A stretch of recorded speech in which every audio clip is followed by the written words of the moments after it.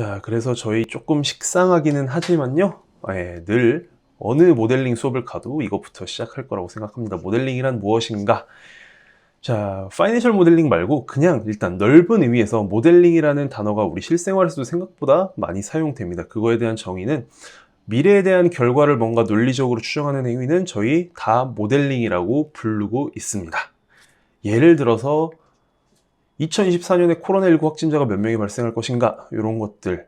우리 지금은 별로 관심 없죠. 코로나19 확진자. 지금 제가 촬영하고 있는 기준이 2023년 중반이기 때문에 별로 관심이 없을 수도 있지만, 우리 한참 코로나 초창기에만 해도 당장 내일 몇 명 나올까 막 엄청 관심 있어 했고, 다음 달에 몇 명이 나올까 관심 있어 했는데, 저 아직도 기억나거든요. 그 당시에 다음 달에 코로나19 확진자가 일일 확진자가 1000명이 나올 거다 라고 YTN의 뉴스 속보가 밑에 쫙 하면서 떴었어요.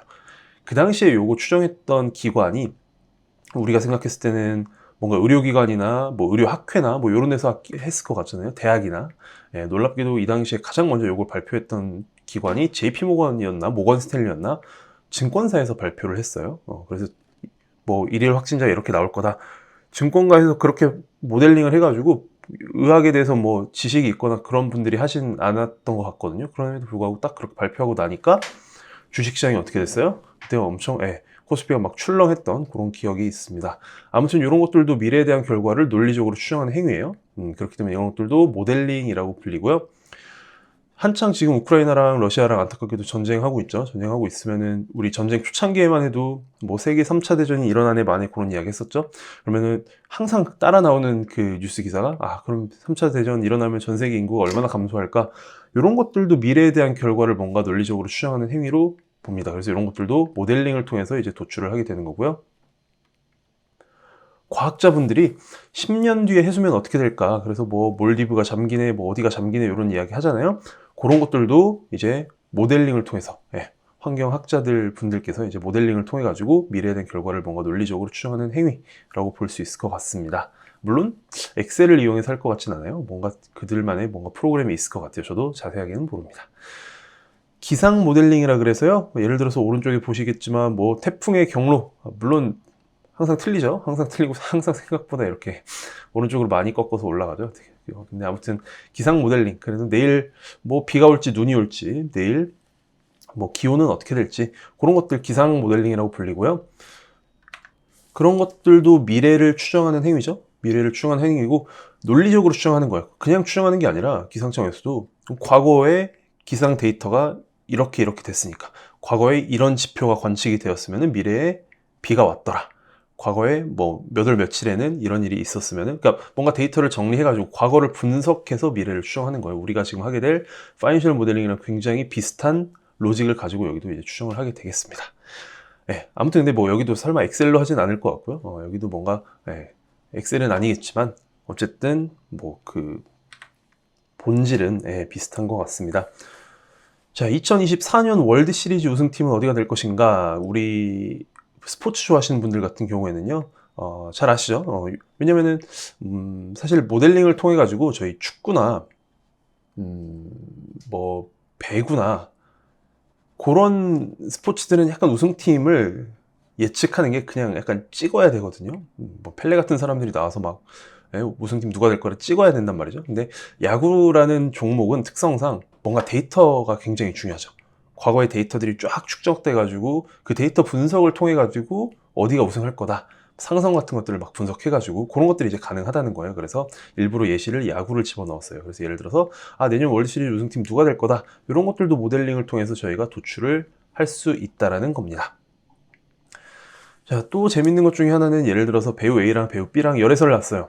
뭐 예를 들어서 옛날에 그 B랑 김태희랑 열애설이 터졌다 하면 다음날 아침마당이나 이런 데서 뭐가 돌아다니냐면 막 이세 얼굴 막 합성해가지고 얘네 둘이 결혼하면 그 원빈이랑 이나영 그런 분들 결혼하시면은 이세 얼굴은 이렇게 되겠구나 라고 이제 다음날 합성해서 돌아다니죠. 그런 것들도 미래에 대한 결과를 논리적으로 추정하는 행위, 넓은 의미에서 모델링이라고 저희가 부르고 있습니다. 자, 그래서 넓은 의미의 모델링에 대해서 봤고요. 저희는 근데 넓은 의미의 모델링이 아니라 좁은 의미의 이제 재무 모델링 혹은 금융 모델링, 영어로는 파이낸셜 모델링이라는 것을 저희가 보게 되는 거고요.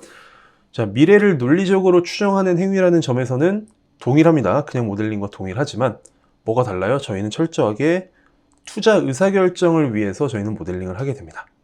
예를 들어서 2030년 전기차 배터리 시장 규모는 어떻게 될 거냐. 내가 만약에 테슬라나 뭐 이런 전기차 배터리에 요즘에 뭐 핫한 기업들에 이제 내가 투자를 하겠다. 투자를 하고 싶은데 투자 의사결정을 하려면 아마도 미래 시장 규모가 충분히 커져야 내가 투자를 하겠다라고 한다면 시장 규모를 추정해야겠죠. 이런 것들 재무 모델링을 통해 가지고 시장 규모 같은 것들을 추정을 하게 됩니다.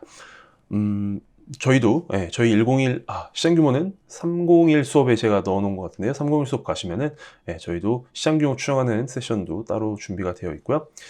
그 다음에 저희가 101 수업에서 좀 집중적으로 하게 될 것, 예를 들면은 3년 뒤에 카카오의 영업이익은 어떻게 될까? 이런 것들을 이제 알아야 카카오에 투자를 하든 말든 내가 의사결정을 하겠죠. 이런 것들도 재무 모델링의 영역이고요. 그리고 이 수업을 들으시는 많은 분들이 부동산 업계에 종사하시는 분들도 많이 있을 텐데요. 만약에 땅이 있어요. 땅이 있는데 어떤 부지가 있는데 여기에 쇼핑몰을 내가 지어야 될까? 아파트를 지어야 될까? 뭘 지어야 될까에 대한 의사결정부터, 만약에 짓는다면은 돈은 어떻게 빌려야 될까? 돈은 어떻게 끌어와야 될까?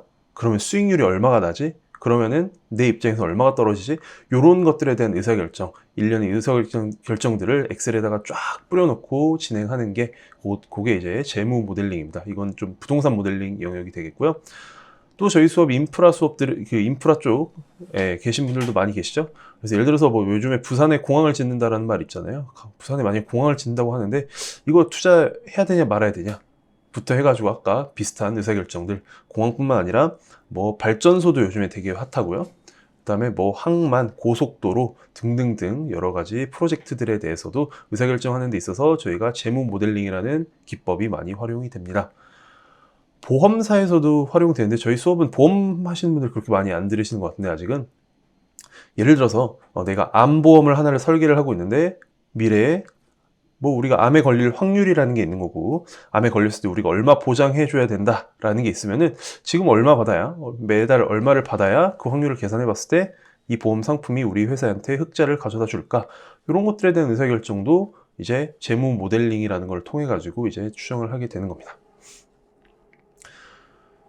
제약 바이오 업계 가시면요, 특히 우리나라에 바이오 회사들 굉장히 많죠. 회사들이 한 번 임상 실험을 하면 굉장히 천문학적인 돈, 그러니까 뭐 삼성전자 입장에서 천문학적이지 않을 수 있지만 그 작은 바이오 회사들 입장에서 되게 큰 돈이 들어가게 되거든요.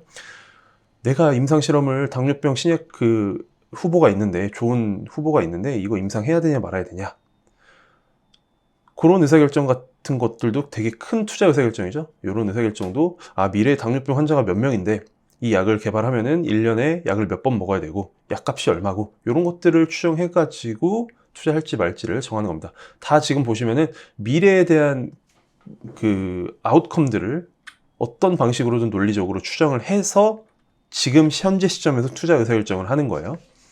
삼성전자의 현재 적정 주가는 얼마인가, 제가 현재 적정 주가라고 써놨지만 우리 주식 하시는 분들 당연히 잘 아시겠지만 주가라는 거는 현재 적정 주가지만 뭔가 미래 이벤트들을 다 미리 반영하고 있죠. 다음 분기의 실적이라든지 내년에 뭔가 전망이라든지, 아니면 심지어 테슬라 같은 주식들은 10년, 20년 뒤에 전기차 시장이 막 커지는 거를 보면서 이제 현재 주가가 말도 안 되는 수준으로 막 형성이 되어 있습니다. 그런 것들 봤을 때 결국에 주식도 마찬가지로 미래를 추정할 수 있어야 현재 내가 투자 의사결정, 투자할지 말지를 결정을 하실 수가 있습니다. 그래서 이런 것들이 저희 파이낸셜 모델링의 예시고요. 핵심은 투자 의사결정입니다. 투자 의사결정을 위해서 미래를 논리적으로 추정하는 행위다. 그게 파이낸셜 모델링, 재무 모델링, 그리고 금융 모델링이 되겠습니다.